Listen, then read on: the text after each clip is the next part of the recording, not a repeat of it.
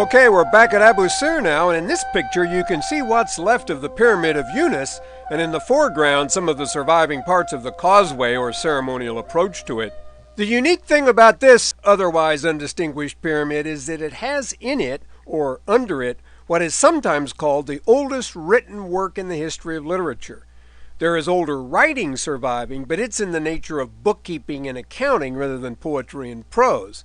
In 1999, in fact, some examples of Egyptian hieroglyphic writing were found which seem to predate the earliest surviving cuneiform examples from Mesopotamia and which seem to push the history of writing in Egypt back to somewhere around the middle of the 4th millennium. Here's the pyramid such as it is up closer now.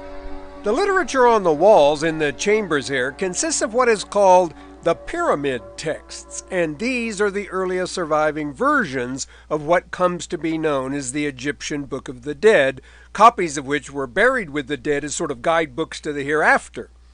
Parts of these texts are also to be found on the walls of New Kingdom tombs in the Valley of the Kings and on papyrus scrolls buried in coffins, but most of the texts that date from the New Kingdom or after are from less well-known but related works like the Book of What Is in the Underworld, the Book of the Gates, and so on. As a whole, this Egyptian religious literature is among the most incomprehensible stuff ever written, and it presents almost insuperable barriers to translation. John Anthony West's book, The Traveler's Guide to Ancient Egypt, is one of the few reasonably available books to make any attempt to discuss this literature in any detail, although keep in mind that some of his interpretations are controversial.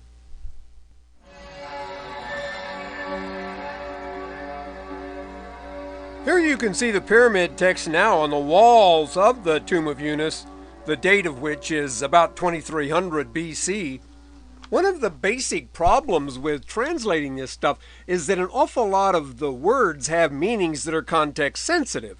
Ancient Egyptian, like a lot of ancient languages, is full of homophones, homographs like bow, B-O-W, and date, D-A-T-E, the meaning of which is determined by the context.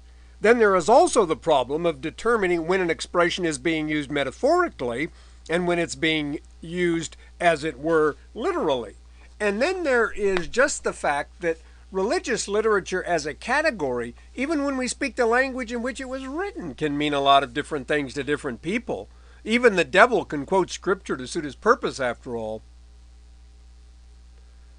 This is Jean-Francois Champollion's house in Paris, and the fact that we can read ancient Egyptian at all is mostly due to the work of Champollion, one of the most remarkable geniuses in a long list of geniuses associated with the history of archaeology.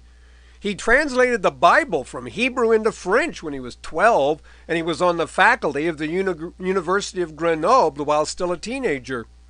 He eventually could read most ancient languages anyone could read, and finally solved the great hieroglyphic puzzle, in part with the help of the Rosetta Stone. And you see that now.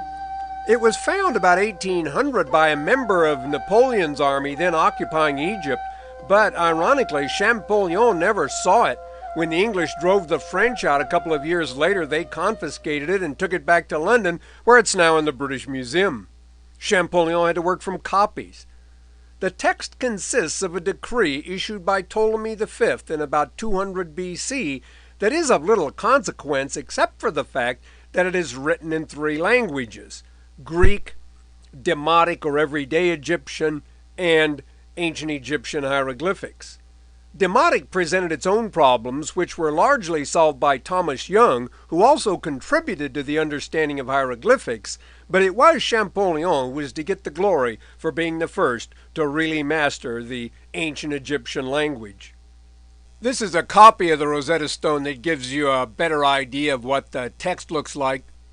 Unlike most of his predecessors, who found it difficult to avoid seeing hieroglyphics as symbols of things, for example, a bird is a symbol representing a bird or flight or something like that, Champollion worked on the hypothesis that the hieroglyphics were symbols not of things, but of sounds. The hieroglyphic symbols function much more like letters in an alphabet than like picture writing, though some symbols do represent whole concepts. He also correctly theorized that cartouches, the sort of corrals around certain sets of hieroglyphics, contain names, and he was further correct in assuming that one of the cartouches contained the name Ptolemy, which also occurred in the Greek text. This gave him a set of sounds and symbols with which to conduct further experiments on, for example, the Philae obelisk, a sort of second Rosetta Stone that was also found to have matching texts in Greek and hieroglyphics. The essence of the matter here is that using the sounds derived from his experiments on the cartouche of Ptolemy and the name of Ptolemy written in Greek, he could then try to identify other names in cartouches. The name, after much trial and error, which he identified next was that of Cleopatra on the Philae obelisk. This success gave him even more sounds, the total of which is represented by that set of letters at the right, which allowed him to find the name of Alexander, Alekandros, which added two more sounds, those associated with N and D. By representing these sounds by Greek letters, he could then use a Coptic dictionary to go further, because Coptic is essentially the ancient Egyptian language written not using hieroglyphics, but using Greek letters to represent the sounds of the words. So, for example, the set of hieroglyphics that would be pronounced Tolpat, put into Greek letters, would be as you see it. He could then look that Greek-spelled word up in a Coptic dictionary and find that it means, for example, crocodile. The key was finding the way the Egyptians pronounced the words in their language and then rendering that pronunciation in Greek letters. He published his first findings in 1822, but his landmark Egyptian grammar wasn't published until after his early death at just 42. The hieroglyphic system was no Latin or cuneiform system that was easily adapted to many different languages. Ancient Egyptian is the only language that ever used it, though one of the favorite tourist souvenirs from Egypt now is a cartouche inscribed with your name written phonetically in hieroglyphics, or so you're told, but whether King Tut would pronounce your name correctly from these jumbles is anyone's guess.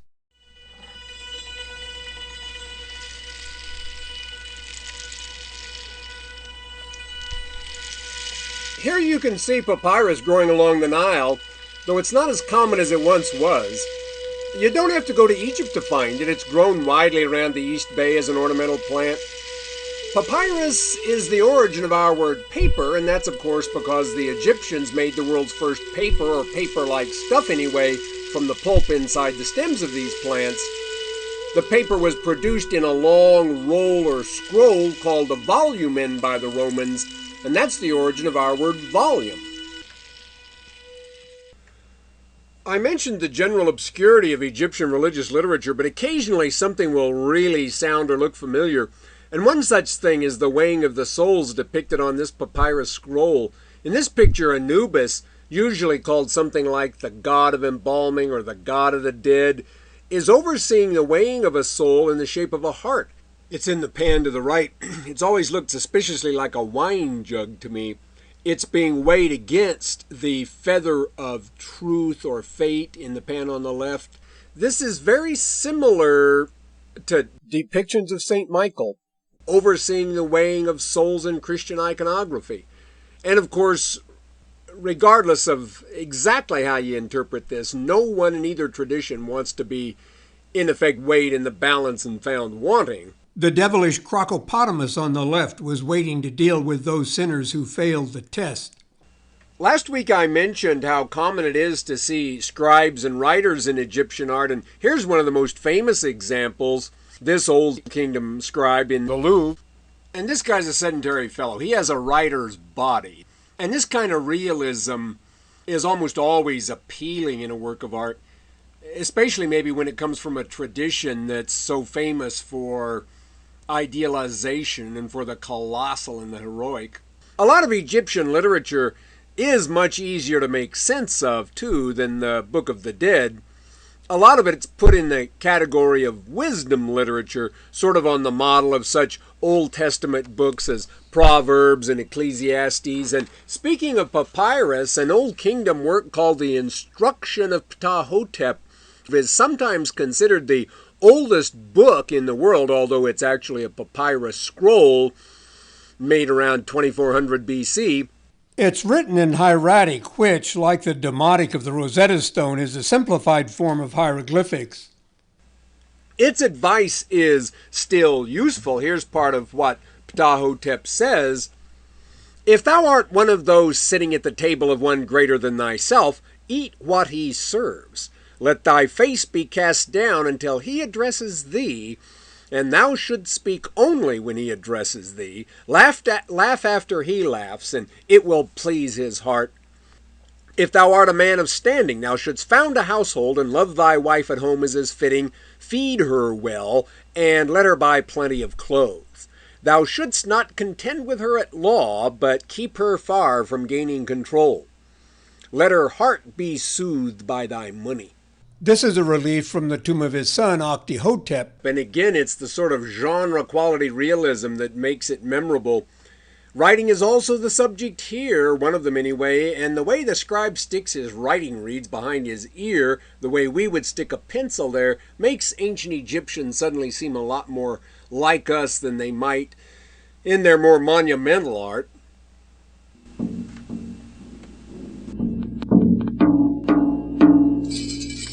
Now, around the 22nd century BC, a period of internal disorder began, which is called the First Intermediate Period, and which lasted till around 2060, when Mentuhotep II restored order. This is his funerary image. Mentuhotep II was the first pharaoh of the 11th dynasty, and the so-called Middle Kingdom includes that dynasty plus the 12th and lasts until the 18th century BC.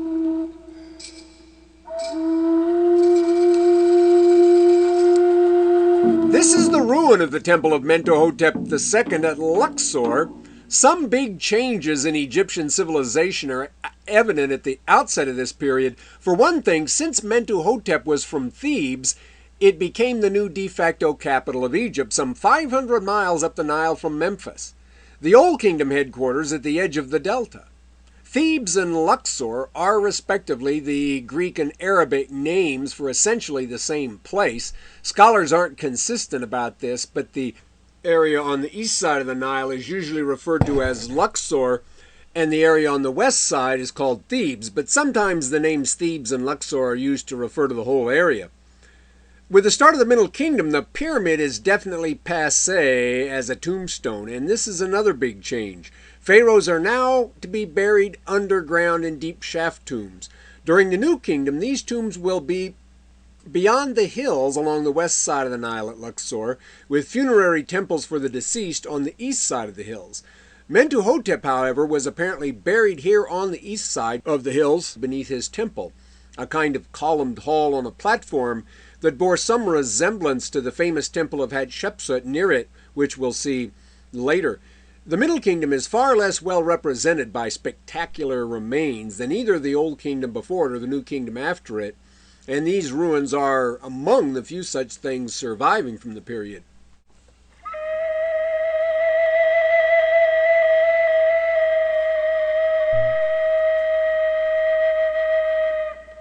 This is a later relief depicting the Theban god Amun, and his rise to prominence in the Middle Kingdom is another important change.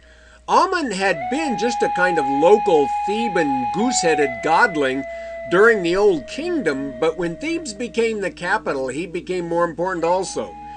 The Egyptians probably thought a goose god was not a proper god to be identified with the capital of the country, so he was given a man's head instead. The only vestige of his gooseness is the pair of stylized goose feathers that adorn his headdress and become his attribute, the symbol that identifies him. From this point on, he will be one of the most important Egyptian divinities. He will often, as Amun-Ra, be considered merged with Ra, the sun god, who was much more closely associated with the sun worship of the Delta. The Egyptians often combined the attributes of gods in this way to represent various theological concepts.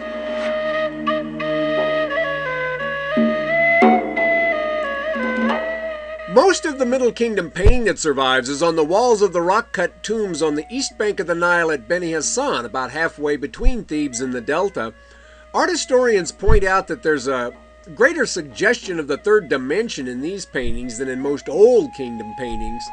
The fellow behind the oryx, the antelope there, seems to be on a higher ground line, making him seem farther away, and there's a more sophisticated, if still awkward, attempt to foreshorten his shoulders than is usual in Old Kingdom art.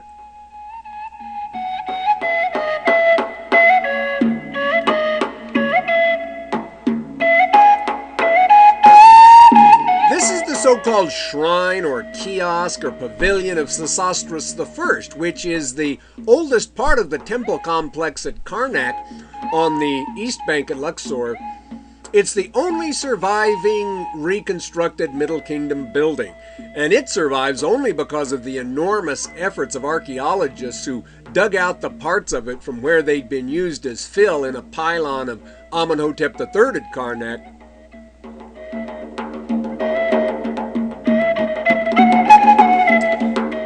In this detail of the interior relief sculpture, you can see Sesostris I with Mont, called the Theban war god.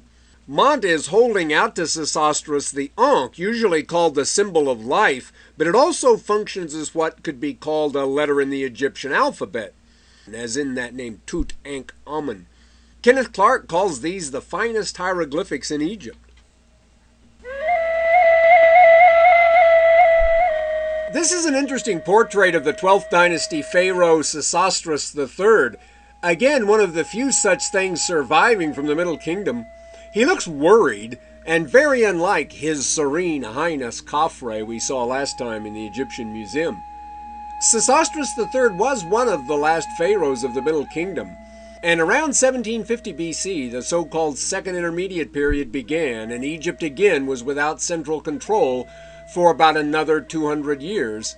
Egypt had hitherto been pretty much secure from foreign invasion thanks to its geography. But during this period, the Hyksos, as they are called, and other people from the east crossed Sinai into the Delta.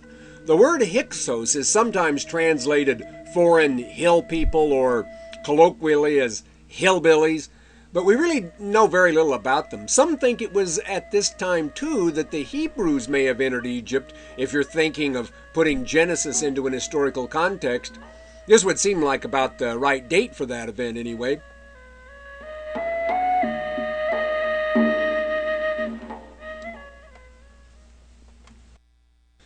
Now, around 1550, a fellow named Kamose began the process of driving out or subduing the invaders, which was completed by his successor, Ahmose, and central power was reestablished at Thebes. These fellows aren't well known, but their descendant is the famous Hatshepsut, daughter of Thutmose I, sister and wife of Thutmose II, and stepmother of Thutmose III. Important and powerful as Hatshepsut was, and as prominent as women were in Egyptian civilization generally, it was definitely unusual for a woman to be pharaoh. Ordinarily, if Pharaoh had a son, he got the job next. Hatshepsut must have been a very strong personality to have secured her position, and to have then been recognized as Pharaoh regnant, even though the young Thutmose III had also been crowned pharaoh. She must have had a lot of powerful men on her side as well. This is a portrait in the British Museum of Senmut, who was one of the important men around Hatshepsut, even if his importance was personal and artistic rather than political. They were at least close, if not lovers, and he was the architect of her wonderful temple at Deir el-Bahari on the west side of the Nile, next to the Temple of Mentuhotep at Thebes.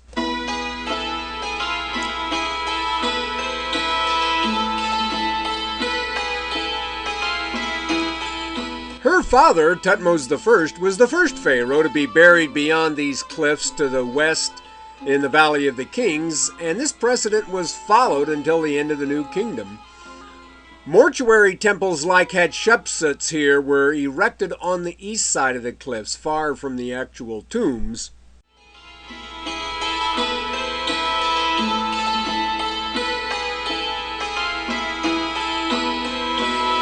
Looking at this detail, it's not surprising that the French who saw it about 1800 thought it was Ptolemaic work built under Greek influence. These columns could easily be mistaken for Greek Doric columns of 1,000 years later, but the influence went the other way, from Egypt to Greece.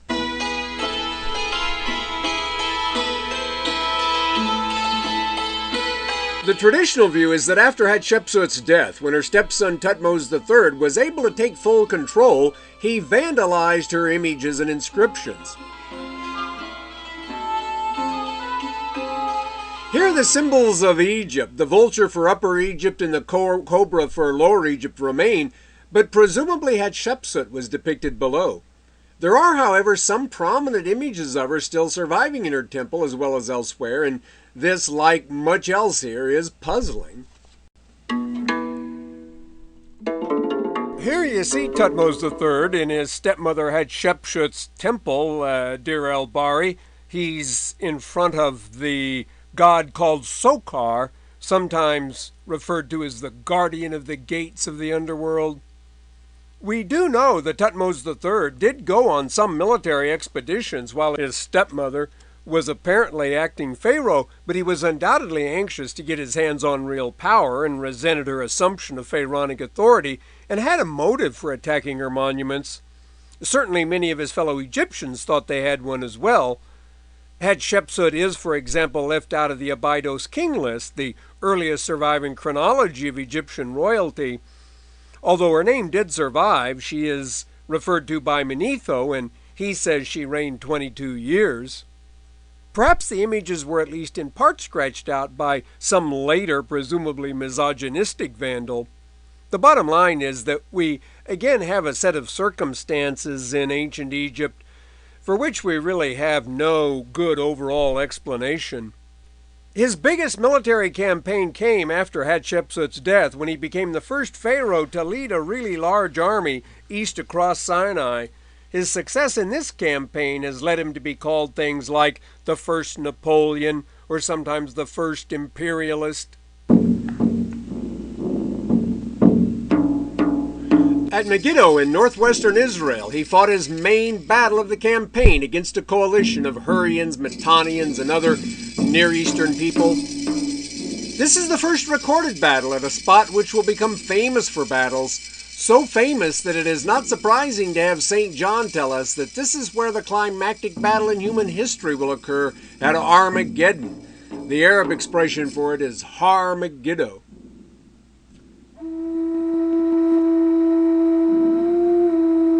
Down at ground level here, you're looking across the Jezreel Valley there, which is the scene of many important events in the Old Testament.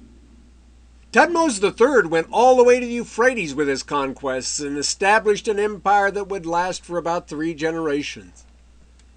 Here you see Thutmose III at Luxor. He's commemorated in what comes to be the sort of standard enemy-bashing pose for the next several hundred years. This is kind of the Tassemwa view of pharaohship, according to which Thutmose, the pharaoh, is in effect the country of Egypt itself defeating its enemies.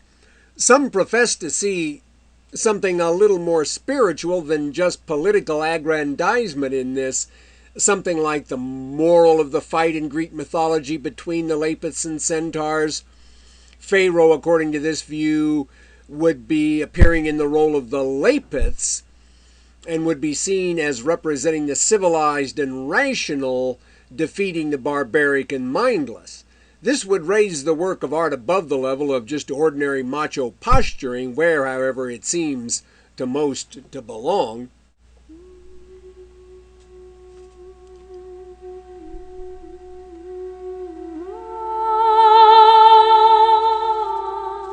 Here in the so-called Hathor Shrine, you see Thutmose III offering something to Amun, whom you can recognize again here by the stylized goose feathers on his headdress.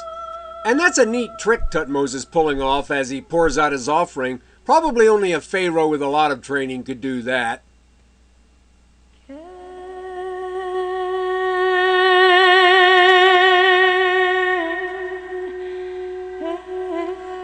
You can also see cartouches representing his names. The one on the left indicates that he is the son of the god Thoth. He is Thothmeses. That's probably closer to how the name was pronounced. And what does Moses sound like? Moses, of course. It is, in fact, a very common suffix in Egyptian naming, and it just means son of.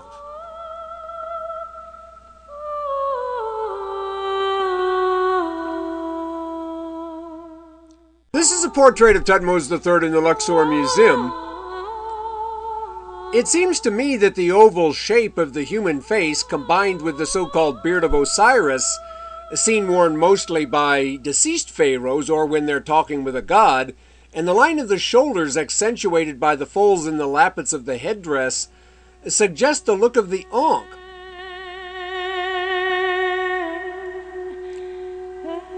This may just be my imagination, but once it's been suggested, I think it's hard not to see it.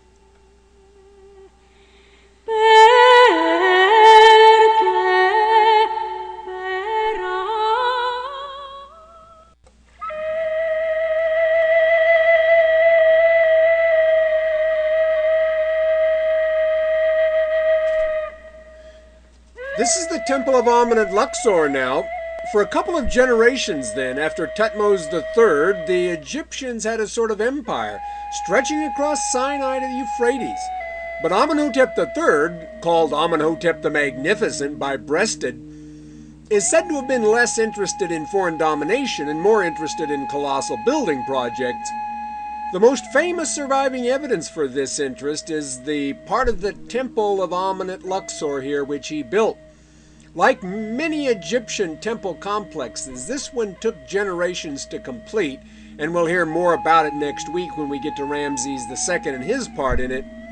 Amenhotep III's main contribution was the colonnaded hall, which you see in the center here.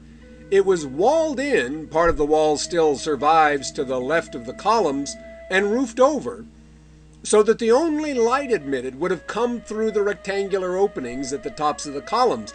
This would have given it a dark and mysterious atmosphere, not altogether unlike that to be found perhaps in a medieval Christian church of, say, the 12th century.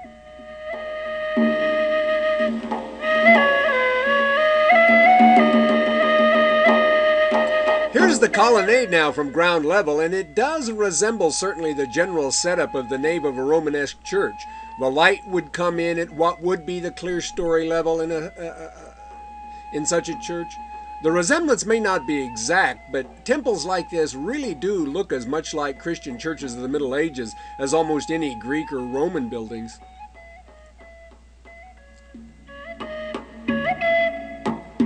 In this aerial view, you can get an idea of just how complex this complex is. The colonnade, which we saw before, is now at lower center. This was all begun by Amenhotep III, as I said, around 1400 BC, and the sanctuary at the top in this picture was rebuilt about 1,000 years later in Alexander the Great's day. But there are some who hold that nevertheless there was a sort of overall plan kept in mind through the centuries. The symbolists, as they're called, refer to this place as the Temple of Man, the Temple of Amun at Luxor, and think in fact that the very ground plan has a kind of man-like look to it. And from this vantage point, I admit the temple does have the look of a sort of skeletal robot about it. The claim is even made that the section Ramses II added at the bottom slants to the east, not because the river bends that way, but rather to give the figure a sort of animated striding quality. While most scholars don't buy the whole Temple of Man idea, some of John Anthony West's most interesting comments in his book, A Traveler's Key to Ancient Egypt, are about this temple. Here now, behind the colonnade, is what could pass were this again a Christian church for a cloister. It's an enclosed courtyard very similar to the sort of thing we find in medieval monasteries. Breasted calls the columns here the finest in Egypt, but H.W. Jansen doesn't like them. Breasted, as I say, likes them, but Jansen doesn't, arguing that they're too heavy in proportion to the load they bear. He's saying form should follow function, I guess. Amenhotep III also had a kind of avenue laid out which joined his temple to the Temple of Karnak about a mile away, and this was lined the whole way by sphinxes with his face on them. And every now and then they're still dug up along the roadway there.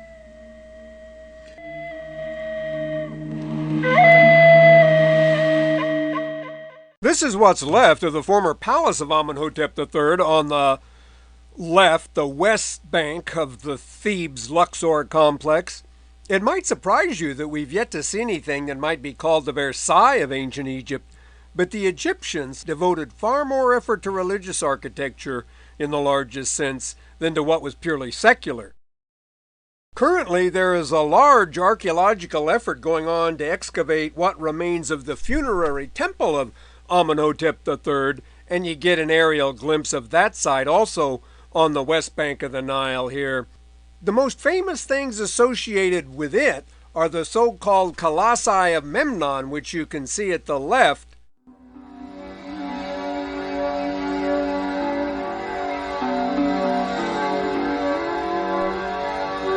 And you get a better view of them now down at ground level. Memnon was a hero on the Trojan side in the Iliad, but they're really the Colossi of Amenhotep III. And at 70 feet high, weighing 700 tons, they are worthy of the name. Amenhotep is accompanied by one of his wives, but she was apparently not the Hatshepsut of her day. Looking at this Colossus up close, I think it's clear where George Lucas got the idea for Darth Vader. And in closing today, I just emphasize again that more than almost any people in history, the ruling class at least in ancient Egypt focused on the eternal, and as they saw it, the life to come. And the vast majority of their art is an expression of this worldview. Okay, that's where we'll stop today. Next time we'll hear about King Tut and Ramses II, two of the real celebrities in the history of Egypt.